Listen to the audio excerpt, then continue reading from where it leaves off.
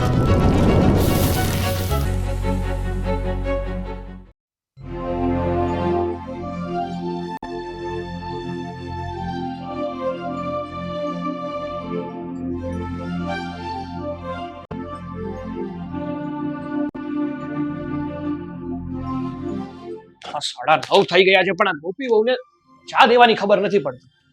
ગોપી વહુ અહીંયા આવો તો તમે. કેટલી વાર આવે ચામાં? હા, સવારના 9:30 વાગી જાય છે પણ ચા નથી પોકતી હજી સુધી. હા જેઠજી, ચા બની જ ગઈ છે, લઈ આવો. એટલી બધી વાર હોય ચામાં? સોરી. જાઓ જલ્દી. હવે કેટલી વાર? લાવો જલ્દી. હા, કોણ જાણે કયું મુહૂર્ત હતું કે આકાશ તમને પરણીના ઘરમાં લાવ્યો. એકદમ ટાઢા છે બધા કામમાં. સાગર, હું છે અવારવારમાં મગજ ખરાબ જ હોય પણ આ તો ખરાબ તો હોય જ ને મમ્મી. હા, ગોપી વહુ સવારના 7 વાગ્યાના ચા બનાવે છે, હજી ચા નથી બની એની. આ રે સાગરભાઈ ચા. 9:15 જેવું જવા આવ્યું. તો શું? હા, બધા કામમાં ઠંડા છે. અને લીએ તું આની ચા લાવી તો હું બેઠેલી છું, નો દેખાણી, નો લવાય મારી ચા. બા તમે તો પછી આવ્યા ને, હું લેતી આવું ચા. 1 મિનિટ લેવા પછી જજે. પેલા એ કે આટલું બધું મોડું કેમ થયું છે ચા બનાવવામાં? ઘરના બીજા પણ કામ. હા તો વેલા ઉઠી જવાય ને. ઘરના બીજા કામ હોય તો વેલા નથી ઉઠાતું. એ ક્યાં ખબર જ પડે છે? જો વેલા ઉઠતા જ હોત તો સમયસર બધા કામ ન થઈ જાત. આ તો ઉઠવું જ છે 7:30 વાગે અને પછી બધા કામમાં ઉતાવળ. સાગરભાઈ હું 5 વાગે ઉઠું છું પણ એકલે હાથે કામ કરું તો એટલી તો વાર લાગે ને. પણ કયું કામ કેટલા વાગે કોની માટે કરવાનું ઈ કઈ ખબર ન પડે. માણા અહીંયા આવીને તૈયાર થઈને બેસી જાય તો એમ ન થાય કે હાલ પેલા એની માટે ચા બનાવું. સારું બા, હવે ધ્યાન રાખીશ. હું તમારા માટે ચા લઈ આવું. જલ્દી આવજે પાછી, મોડું નહીં કરતી. આકાશ, થાકી ગઈ છું હું આનાથી. હવે તું જ કે આ બલાને અહીંથી ટાળવી હોય તો હું કરવું જોઈએ? વાહ વાહ વાહ. હા, હવે તમારા દિમાગમાં લાઈટ થઈ. હું કહેતો જ હતો કે આ પનોતીને આ બલાને મારા ઘરે બાંધવી રહેવા દો, પણ નહીં. ત્યારે તો કોઈ સમજવા તૈયાર નહોતું ને. હવે જે થયું ઈ, પણ હવે કેને કે હું કરવું જોઈએ? હા, ખોટી હોશિયારીઓ મારવાનું રહેવા દે. તું કઈ ઓછો નથી. એટલે તમે કહેવા શું માંગો છો મોટા ભાઈ? એ બસ, ઈ જે કહેવા માંગતો ઈ. અમારા મોટાની વાતમાં તું કામ વચ્ચે ડબકા દેસ? અરે પણ તમે લોકો મને શું કામ ને બધું કહો છો? એમાં મારો શું વાંક છે? અને રામની ને આના મા બાપે કઈ શીખવ્યું નથી તો એમાં હું શું કરું? શું થયું આકાશ? મારાથી કઈ ભૂલ થઈ ગઈ છે? ના ના, હા તારાથી કોઈ ભૂલ નથી થઈ. ભૂલ તો મારી થઈ ગઈ છે કે તારી સાથે લગ્ન કર્યા. સાલી હરામી, અહીંયા ક્યારનો વાત જોઈને બેઠો છું. ચા લઈને આવી તો કોના માટે? ખાલી બા માટે. મારી ચા ને નાસ્તો ક્યાં છે? તૈયાર જ છે અને હું તમારા માટે ટિફિન બનાવતી હતી. તો રાહ જોતી હતી? હા, તૈયાર છે તો પછી રાહ જોતી હતી કે હું ચા નાસ્તો મગાવું પછી તું લઈને આવે. આકાશ નહીં, તમે ગલત સમજી રહ્યા છો. ગલત સમજુ છું? હું ગલત સમજુ છું? આ દરેક સવાલનો જવાબ તારી પાસે તૈયાર જ હોય છે ને પહેલેથી. હા આકાશ, હું સાચું કહું છું.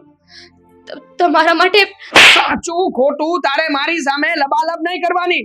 હું કહું ને એટલે કામ કરી નાખવાનું. ટિફિન બનાવતી હતી, આ કરતી હતી, સવારમાં મોડું થઈ ગયું. મોડું થવું જ ના જોઈએ. તારે છે ને કામ કરવું હોય તો કર, નકર પછી જતી રહે અહીંયાથી. જા હવે અહીંયા ઊભી છે, શું લઈને આવ ચા નાસ્તો.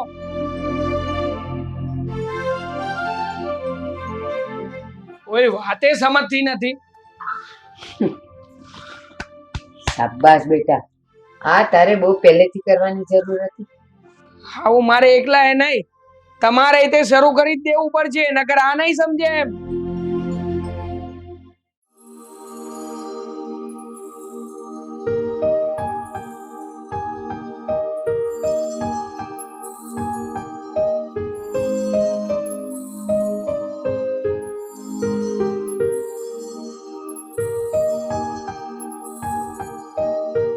કેમ સરલા, હું થયું? કેમ તું રડે છે? ગોપીનો ફોન હતો. અચ્છા, સમજાઈ ગયું બધું. હવે તો આ દસ જાય ને તો હું ગંગા નાવા જતો રહું. તમે આવું હું કેમ બોલો છો? આમાં આપણી દીકરી ગોપીનો હું વાંક છે?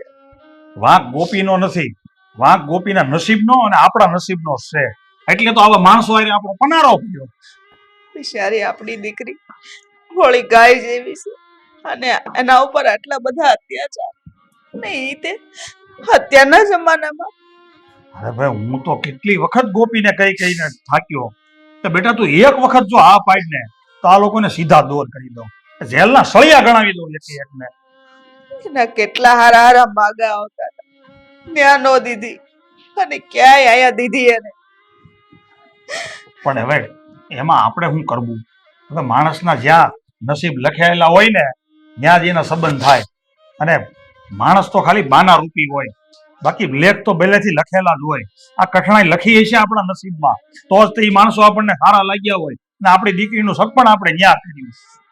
આપણે માની ઘરમાં એકાદું માણસ એવું હોય, પણ નહીં, આ તો એના ઘરમાં બધા એવા. એનો જેઠ જમાય એવો, એની માય એવી, કોઈના વખાણ કર્યા જેવા નથી. હવે જો હું તને છેલ્લી વખત કહી દઉં છું, હવે જો મારી દીકરીનો ફોન આવ્યો અને કાંઈ પણ નબળા સમાચાર આપ્યા ને તો હું હવે કોઈની શરમ નથી ભરવાનો. એના પર હું કેસ ઠોકી દેવાનો છું. પછી જમાઈ હોય કે જમાઈનો મોટો ભાઈ હોય કે આપણી દીકરીની હાહુ હોય, આ લોકો છે ને સુધરે એમ નથી. અરે ઘરમાં ભલે ને બધા એને જેમ બોલે એમ બોલે, પણ જો જમાઈ નો કાઈ બોલતો હોય ને તો આપણે પોગી રહી.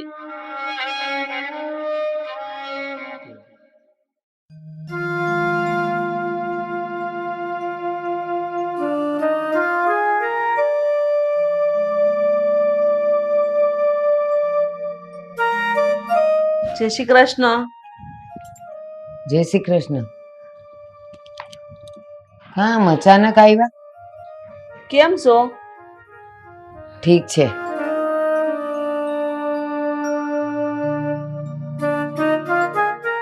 બા, મારી દીકરી ગોપીને તેડવા આવી છે. પણ કામ અચાનક તેડવા આવ્યા? કઈ ફોન બોન કરીને પૂછાય તો ખરું ને કે હું મારી ગોપીને લેવા આવું કે ન આવું? અરે બા, એમાં પૂછવાનું શું હોય?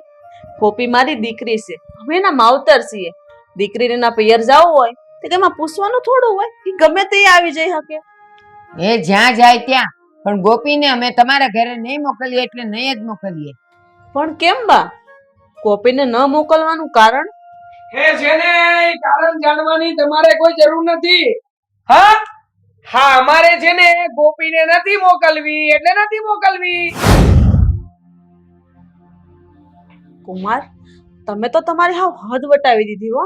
અરે વાહ, હા બહુ સારું બોલ્યા લો તમે.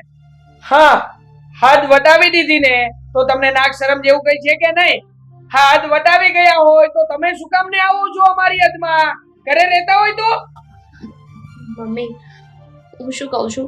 ઓ, તારા મમ્મીને કહેવાની કઈ જરૂર નથી. હા, ચાલ ઊભી થા અને ઘરમાં જઈને કામ બતાવ. તને કહી રહ્યો છું, ઊભી થા ને જઈને ઘરના કામ બતાવ. નથી સમજાતું? આ ગ્લાસ લેતી જા, એ કેવું પડે પાછું. ચા પાણી કઈ નહીં બનાવતી? હા, હમણાં નથી પીવાની ઈચ્છા મને. કુમાર, ચિંતા ન કરો, હું મારી દીકરીના ઘરનું પાણી નહીં પીવું. હા, તો એટલા માટે તો ના પાડી છે. તમે ચા પાણી કઈ પીશો નહીં. વળી પાછી એ ચા બનાવશે, ચા બનાવીને લઈને આવશે. પીવાના તો છો નહીં, તો શું કામ ખોટે ખોટી બગાડવી? પણ કુમાર, હું ગોપીને હોશે હોશે તેડવા આવી હતી. એને મારા ઘરે લગ્ન પછી તમે એકવાર નથી મોકલી. એકવાર તો મારા ઘરે રોકાવા મોકલો. નથી મોકલવી. શું કામ મોકલીએ? હા, તમને ફોન ઉપર જ અમે લોકોએ ના પાડી હતી ને કે તમારી દીકરીને નથી મોકલવાના, તો પછી શું કામ ને બે પગ લઈને ચાલી આવો છો અહીંયા? હા, અમે નપટા છીએ એટલે અમે બે પગ લઈને અહીંયા આવીએ છીએ, કારણ કે અમે દીકરી દીધી ને એટલે. હા, તો દીકરી દઈ દીધી ને. હા, મેં તમારી દીકરીને લઈ લીધી છે, તો હવે નહીં આવતા અહીંયા. પૂરું. એટલે અમારે આ ઘરમાં ઉમરામાં પગ જ નહીં મૂકવાનો પણ છે ને, અમે જેમ કહીએ ને એમ કરવું હોય ને તો જ અહીંયા આવવાનું, નકર નહીં. વાહ, દીકરી દઈને દુશ્મન થઈ ગયા. એવું જ થયું ને કુમાર? હા, તો એમ રાખો ને. મારે ક્યાં તમને દોસ્ત બનાવીને કઈ લઈ જવા છે? હા, દુશ્મન તો દુશ્મન કરા. હા બા, તમે કઈ કહો ને બે શબ્દ.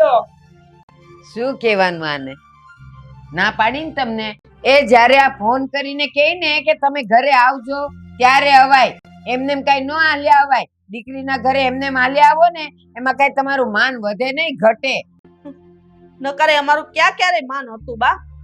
હે તમને ખબર હોત જો તમારી દીકરી હોત ને તો તમારા દીકરી ઉપર ઓહ! હા છે ને, તમારે બહુ વધારે બોલવાની જરૂર નથી. ભૂલતા નહીં તમે અમારા ઘરમાં બેઠા છો. એટલે જ કઈ વધારે નથી બોલતી કુમાર. નકર બોલતા તો અમને આવડે છે દીકરી, અમે દીધી છે તમે નહીં. હા તો કઈ વાંધો નહીં.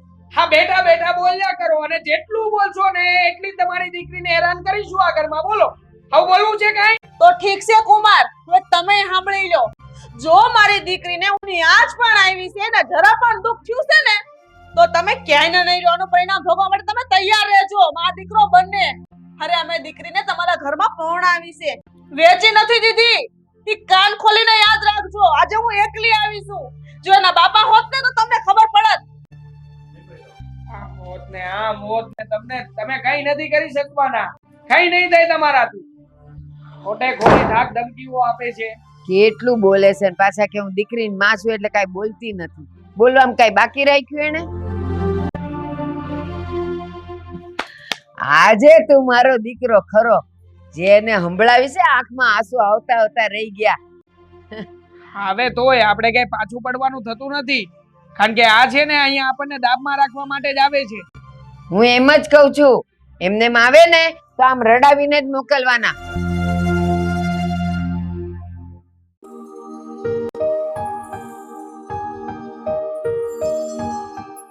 હો મેડમ, અહીંયા બેઠા બેઠા પલપલિયા પાડવાની કોઈ જરૂર નથી.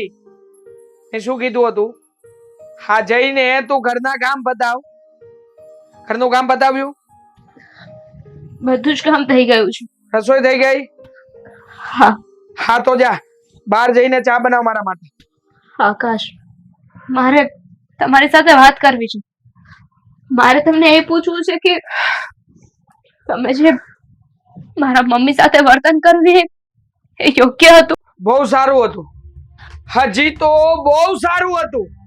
હા મને લાગે છે કે વર્તન કરવામાં હું જરા પાછો પડી ગયો. મને શરમ આવી અને મેં મારા સાસુનું માન રાખ્યું.